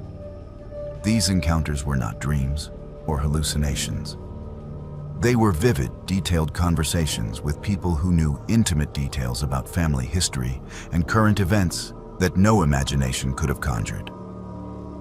All of the deceased visitors delivered the same message. Something ancient had awakened in Mirror Lake. Something that could take the form of anyone it had ever claimed, and our family was in mortal danger if we remained. Despite these warnings, most of the family was reluctant to cut short our reunion and abandon a tradition that had meant so much to us for so many years. My grandfather, ever the pragmatist, suggested that we were all experiencing some form of group hysteria, possibly brought on by stress or environmental factors like changes in air pressure or water chemistry. He refused to consider leaving early, and his authority as the family patriarch convinced most of the others to stay. That decision proved to be a fatal mistake. On the 6th night of our reunion, the thing in the lake finally revealed its true nature. I was awakened around 3 in the morning by the sound of voices outside my cabin. Familiar voices belonging to family members who should have been asleep in their own beds. Looking out my window, I saw figures moving around the shoreline. But there was something wrong with the way they moved. Something unnatural about their posture and gait that made my skin crawl with instinctive fear. As I watched in growing horror, I realized that these figures were not my living family members, but perfect duplicates created by whatever entity dwelt in the depths of Mirror Lake. They looked exactly like my relatives, spoke in their voices, and even wore their clothing. But they moved with a predatory grace that belonged to something that had never been human. These doppelgangers were moving from cabin to cabin, calling out to the sleeping occupants in voices filled with love and concern, trying to lure them outside where they could be replaced. I grabbed the emergency flare gun my grandfather kept in every cabin and fired it into the sky, hoping to wake everyone and alert them to the danger. The red flare burst overhead like a miniature sun, bathing the entire lake in crimson light that revealed the true horror of our situation. The shoreline was crowded with dozens of figures, duplicates of every family member who had ever visited Mirror Lake, including relatives who had been dead for decades. They stood motionless in the water up to their waists, their eyes reflecting the flare's light like the eyes of nocturnal predators. The real family members began emerging from their cabins, confused and frightened by the commotion. What followed was a scene of absolute chaos as we tried to distinguish between the living and the replicas that had been created to replace us. The duplicates were perfect in every detail, except for their eyes, which held an alien intelligence that had nothing to do with human consciousness. They spoke our names, pleaded with us using our own voices, and even shared memories that only the real family members should have known. My grandmother, the matriarch of our family and the wisest among us, was the first to understand what we were facing. She had grown up hearing Cherokee stories about Mirror Lake and the spirits that dwelt beneath its surface. According to the old legends, the lake was home to an entity that fed on human experiences and emotions, sustaining itself by absorbing the essence of those who drowned in its depths. Over the decades, it had been creating perfect replicas of its victims, learning to mimic human behavior with increasing sophistication. The entity had been waiting patiently for our family reunion, when it could claim multiple victims at once and add their memories and personalities to its ever-growing collection. The deceased relatives who had appeared to warn us were not ghosts or hallucinations, but earlier victims trying to save us from sharing their fate. What followed was a nightmare of confusion and terror as we tried to escape from the lake while avoiding the duplicates that were trying to prevent our departure. The real horror was not knowing which family members were genuine and which were replicas designed to lead us into traps. Several times I found myself talking to what I thought was a cousin or uncle, only to realize from some subtle wrongness in their behavior that I was facing an imposter that wanted to drag me down into the lake's murky depths. In the end, only 11 of the 23 family members who had come to Mirror Lake that summer managed to escape. The others were claimed by the entity. Their bodies never recovered, despite extensive search efforts by local authorities. Officially, they were listed as drowning victims, casualties of a tragic accident that had somehow claimed 12 people in a single night. The surviving family members gave conflicting accounts of what had happened, leading investigators to conclude that we were suffering from trauma-induced memory problems. The cabins around Mirror Lake were abandoned after that summer, left to decay in the mountain wilderness. My grandfather, broken by the loss of so many family members, never spoke of what had happened there. He died 2 years later, taking his silence to the grave, along with whatever guilt he felt for not heeding the warnings that might have saved the others. Those of us who survived have never gathered for another family reunion. The bonds that once held us together were severed that night at Mirror Lake, replaced by shared trauma and the terrible knowledge that some of the people we thought we had escaped with might not have been the real family members at all. We live with the constant fear that the entity followed us home, that the loved ones we thought we had saved might be perfect replicas designed to infiltrate our lives and eventually lead us back to the lake that hungers for human souls. Sometimes, in the darkest hours before dawn, I receive phone calls from family members who died at Mirror Lake. They beg me to return, promising that the entity has learned to control its hunger, that it only wants to reunite our family in the peaceful depths where no one ever grows old or experiences pain. Their voices are exactly as I remember them, filled with love and longing that almost makes me believe their promises. But I know the truth about Mirror Lake and the thing that dwells in its depths. The Cherokee were right to consider it a gateway between worlds, though they never imagined how literal that description would prove to be. Some bodies of water are not meant for human recreation, no matter how beautiful they appear on the surface. The entity that claimed my family continues to wait patiently in those dark depths, perfecting its collection of human replicas and preparing for the next group of unsuspecting visitors who will mistake its hunger for hospitality. Mirror Lake still appears on topographical maps and hiking guides, described as a pristine mountain destination perfect for family camping. But those of us who know its true nature have tried to spread warnings through unofficial channels, hoping to prevent other families from suffering the fate that befell our summer reunion. The mountains keep many secrets, but some secrets are too dangerous to remain hidden, especially when they involve entities that view human beings as nothing more than raw material for their endless, patient hunger. The lake remembers everyone who has ever entered its waters, and someday it will call them all home to join the perfect family that exists forever in the depths where time has no meaning and love never dies. My name is Dakota Rivers, and I am from Pikeville, Kentucky.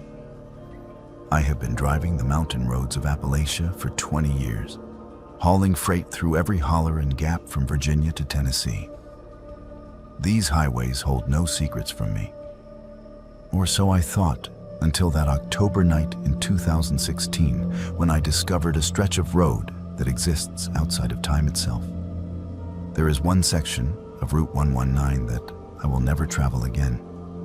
A cursed piece of asphalt where the past bleeds through into the present, and travelers can become trapped forever in a loop that began more than 70 years ago. The run that changed everything was supposed to be routine. I was hauling a load of lumber from a mill outside Hazard to a construction site in Bluefield, a route I had driven hundreds of times before. The weather was clear, traffic was light, and I was making good time on familiar roads.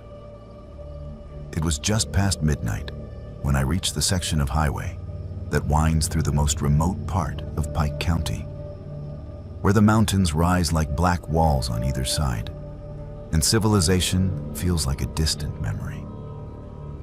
Mile marker 13 has always been a landmark I use to gauge my progress on this route. The marker sits at the bottom of a long valley where the road follows an old creek bed surrounded by forest so dense that even moonlight barely penetrates the canopy. But that night, as my headlights swept across the familiar white sign, I noticed something that had never been there before. A faint glow coming from somewhere deeper in the valley, like the light from a distant radio tower. Curious, I slowed my rig and rolled down the window to get a better look. That was when I heard it. The sound of music drifting through the night air, big band jazz from the 1940s mixed with static like it was coming from an old AM radio. The signal was crystal clear despite the remote location, clearer than any station I had ever picked up in these mountains. I reached for my radio to see if I could tune it in, but all I found was dead air across the entire spectrum. The music seemed to be coming from the forest itself, emanating from somewhere beyond the tree line where no radio tower should exist. Against my better judgment, I pulled my truck onto the narrow shoulder and climbed down from the cab to investigate. The October air was crisp and still, and the sound of the music became clearer as I walked toward the edge of the forest. Mixed in with the jazz were voices, a radio announcer speaking in the clipped, formal tones of the 1950s, advertising products that had not been manufactured in decades. Following the sound, I pushed through the undergrowth until I found an old logging road that was not marked on any map I had ever seen. The road was in remarkably good condition despite its apparent age, with fresh gravel and recently maintained drainage ditches. Most unsettling of all, there were tire tracks in the dirt, not the deep treads of modern vehicles, but the narrow prints left by cars from another era. The music grew louder as I followed the logging road deeper into the valley, and soon I could make out the glow of electric lights filtering through the trees ahead. What I found when I reached the source of the light defied every rational explanation I could conjure. hidden in a clearing that should not have existed, was a radio station that appeared to have been operating continuously since the early 1950s. The building was a small concrete block structure with large windows and a tall transmission tower rising from the roof. Through the windows, I could see a disc jockey at work, spinning records on equipment that looked like museum pieces. He wore a white shirt, thin tie, and suspenders, the uniform of radio men from a bygone era. The call letters painted on the building read WSKY, and a sign beneath them proclaimed, "Your voice in the sky, broadcasting since 1952. I should have turned around and left immediately, but curiosity overwhelmed caution.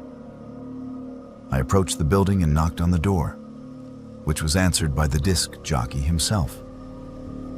A man in his 30s with slicked back hair and horn-rimmed glasses, who looked exactly like every stereotype of a 1950s radio personality. He greeted me with enthusiastic friendliness, as though late-night visitors were perfectly normal at his remote mountain station. "Welcome to WSKY, he said, extending his hand for a firm handshake. "I am Johnny Sterling, your midnight host. Come on in and see how we make the magic happen." The interior of the station was a perfect time capsule from the Eisenhower era. The equipment was all vacuum tubes and analog meters. The furniture was chrome and formica, and the walls were covered with promotional materials for products and entertainers that had been popular 70 years earlier. Johnny offered me coffee from a percolator and continued his radio show, chatting with me between songs as though I were a regular guest. During a commercial break for a car dealership that had gone out of business decades ago, Johnny explained that WSKY served the mountain communities throughout eastern Kentucky, bringing music and news to isolated families who depended on radio for connection to the outside world. He spoke about the station with genuine pride and passion, describing his listeners as friends and neighbors who had been loyal to WSKY for generations. What disturbed me most was how natural everything felt inside the station. Despite the obvious impossibility of the situation, I found myself relaxing in Johnny's company, enjoying the music and the warm atmosphere of the studio. Time seemed to move differently within those walls. What felt like minutes might have been hours, and the night outside remained perpetually frozen at the same pre-dawn darkness. It was only when Johnny began taking listener requests that I realized the true horror of my situation. The phone calls came from people with names and voices that sounded increasingly familiar. Listeners who claimed to live in communities that had been abandoned or destroyed decades earlier. They requested songs for departed relatives, shared news about events that had happened before I was born, and spoke about the present as though it were still 1952. As the night wore on, I began to notice other disturbing details. The commercial sponsors Johnny mentioned were businesses that had closed in the 1950s. The news reports he read concerned events from the Truman administration, and the weather forecasts predicted conditions for dates that had already passed 70 years earlier. Most unsettling of all, the requests began including messages for me. Listeners calling in to welcome the new truck driver and suggesting songs they thought I might enjoy. The realization hit me like a physical blow. I was not visiting a radio station from the past, but a temporal trap that existed outside normal time. The station and everyone associated with it were caught in an endless loop, broadcasting the same shows, playing the same music, and living the same night over and over again. And now, by entering the station and interacting with Johnny, I risked becoming part of that loop myself. Fighting down panic, I told Johnny that I needed to get back to my truck and continue my delivery run. He seemed genuinely disappointed by my departure, but walked me to the door with the same cheerful hospitality he had shown all evening. As I stepped outside, he called after me with a friendly wave. "Come back anytime, friend." WSKY is always here for you, 24 hours a day. We will be right here waiting when you need us. I ran through the forest back to my truck, crashing through undergrowth and stumbling over roots in my desperate haste to escape. Behind me, the music continued to play, and I could hear Johnny's voice carrying through the night air as he introduced the next song for his invisible audience of listeners trapped in time. When I reached my truck, I threw it into gear and drove away as fast as the mountain roads would allow. But as I passed mile marker 13 again, traveling in the opposite direction, I was horrified to hear WSKY's signal coming through my truck's radio, clear and strong despite the increasing distance. Johnny was playing the same songs I had heard in the studio, taking the same requests from the same ghostly listeners, trapped in his eternal broadcast loop. Over the following weeks, I tried to research WSKY and learn the truth about what I had encountered. What I discovered was more disturbing than I had imagined. There had indeed been a radio station with those call letters operating in Pike County during the early 1950s. WSKY had been a small local station that served the mountain communities, owned and operated by a young disc jockey named Johnny Sterling, who was passionate about bringing music and news to isolated listeners. On October 13th, 1952, Johnny and his entire night shift crew had vanished without a trace. Their car was found abandoned near mile marker 13, but no sign of the men was ever discovered despite extensive search efforts. The radio station was closed permanently, its equipment sold off, and the building eventually demolished. But according to local legend, WSKY had never really gone off the air. Drivers on the lonely mountain highway sometimes reported hearing faint music and a disc jockey's voice late at night, broadcasting from a station that no longer existed. Since my encounter with Johnny Sterling and his impossible radio station, I have changed my route to avoid that section of Route 119. But sometimes, when I am driving other mountain roads late at night, I pick up fragments of WSKY's signal on my radio. A few bars of 1950s jazz, a snippet of Johnny's cheerful patter, or the voice of a listener calling in with a request for a song that stopped being popular before I was born. The most disturbing part is that some of those requests are now for me. Anonymous callers who somehow know my name and my route, suggesting songs they think the friendly truck driver might enjoy, inviting me to visit the station again whenever I am passing through Pike County. They promise that Johnny is still waiting for me, still broadcasting his eternal show to an audience of listeners who exist outside of time. I know that someday, despite all my efforts to stay away, I will find myself driving past mile marker 13 again. When that night comes, when loneliness and curiosity overcome caution, I will follow that old logging road back to the radio station where time stands still, and Johnny Sterling spins his records for an audience that will never grow old. The mountain roads hold many secrets, but some secrets are traps disguised as mysteries, and some invitations are meant to be declined no matter how friendly the host may seem. Until then, I drive different routes and avoid the highways that wind through the deepest hollows, where the past refuses to stay buried and radio stations broadcast forever from valleys that exist outside the normal flow of time. But on quiet nights, when the static clears and the signals travel far, I sometimes hear Johnny's voice welcoming me back to WSKY, promising that the music never stops and the night never ends for those who choose to become part of the show.